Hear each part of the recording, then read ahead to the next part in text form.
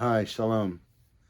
2 years ago, I did a recording that went to your homes where I spoke about the challenges that we would have as a synagogue approaching the high holidays when we were in the throes of COVID before there were vaccinations. I know it was a wonderful opportunity for me to be able to express to you not only what we had been through in the past few months, but what we were going to be going through and how the synagogue was up for the task to keep us together even though we were apart. I want to do that again this evening in a very different way. I want this to be a type of State of the Union address. Bear with me, this will be a little bit longer than my typical Shabbat address, but there are important things that I would like to be able to talk to you about. Our synagogue has been doing really important work. The schools that we have, starting with our infant and toddler program through our early childhood program, our Hebrew school program, our high school program, and the Institute, the Cooperman Academy for Adult Learning, reaches hundreds and hundreds of people from the youngest to the oldest. We know that that is a hallmark of Jewish life, to be engaged in learning. And our learning is really engaging. It involves everything from serious text study to conversations about things that are in the news to doing things which apparently are quite fun. We also reach out to our congregants in all sorts of ways to help them support you in your lives. There are people here that need help. There are people here that need friendship and that need a source of connection. And the synagogue does that, and it does it really well. We continue to create programs to socialize, and we continue to create cultural programs and music programs, concerts, and wonderful services, as you know.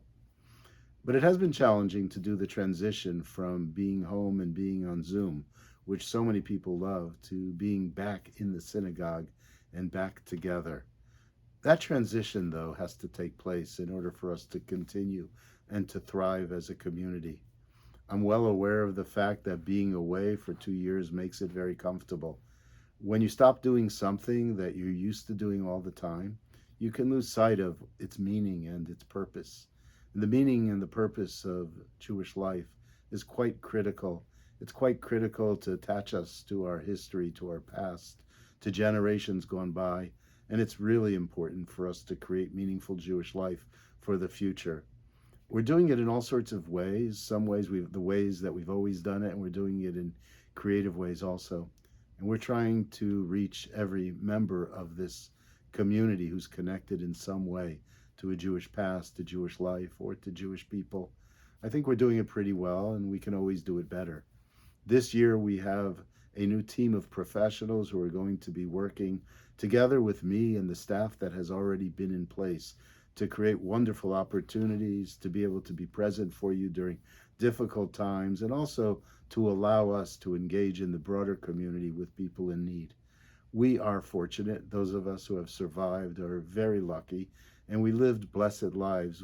We lose sight of that sometimes in this world of ours, but it is the truth that most of us have it pretty well off, and we can not only be thinking of ourselves. My concern is the fact that so many have been away.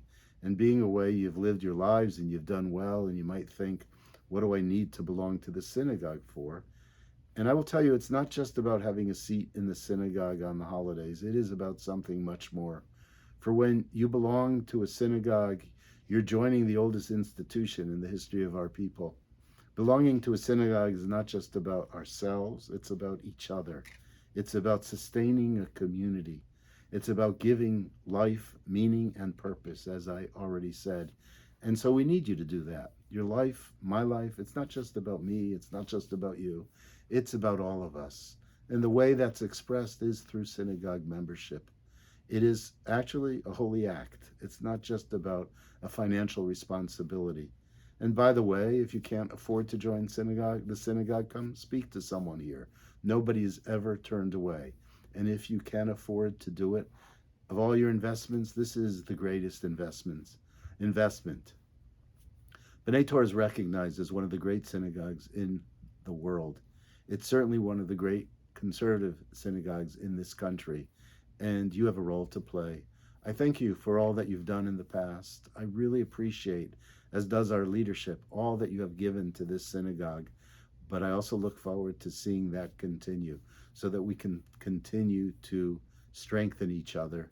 When we finish a book of the Torah, we say, Chazak, Chazak, V'nit Chazek. It means be strong, and let us strengthen each other. And I hope that will be the way you see your obligations to the synagogue.